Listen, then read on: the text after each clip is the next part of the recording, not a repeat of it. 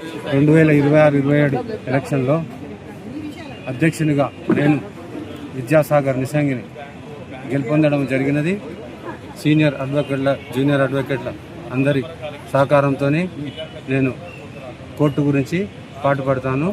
అందరినీ కలుపుకొని పోయి హైకోర్టుకు పోయి తప్పనిసరిగా ఈ బార్ అభివృద్ధికి తోడ్పడతానని నేను చెప్పుకుంటూ మరొకసారి నాకు విజయానికి సహకరించిన ప్రతి ఒక్కరికి హృదయపూర్వకంగా ధన్యవాదాలు తెలియజేసుకుంటూ, అదేవిధంగా నాకు సహకరించిన ఎమ్మెల్యే అయినా ఎంపీ అయినా మా కాంగ్రెస్ పార్టీ వాళ్ళకు ప్రత్యేకంగా నేను ధన్యవాదం తెలియజేస్తున్నాను. కుంభం అనిల్ కుమార్ రెడ్డి సార్కు ప్రత్యేకంగా. ఇంకోటి నేను ఇక్కడ గెలుపొందినాను 2026-2027 సందర్భంగా ఈ యొక్క ఇయర్లో మా అడ్వకేట్స్కు సంబంధించిన ఎలాంటి యొక్క బాధలు కానీ, ఇంకొకటి ఏంటంటే ఇక్కడ మాకు సరైన లైబ్రరీ లేదు ప్రజెంటు, దాంతోపాటు సొసైటీ లేదు, దాంతోపాటు సరైన వాష్రూమ్స్ కూడా లేవు.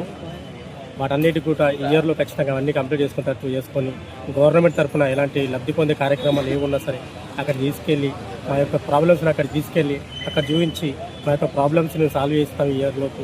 దాంతో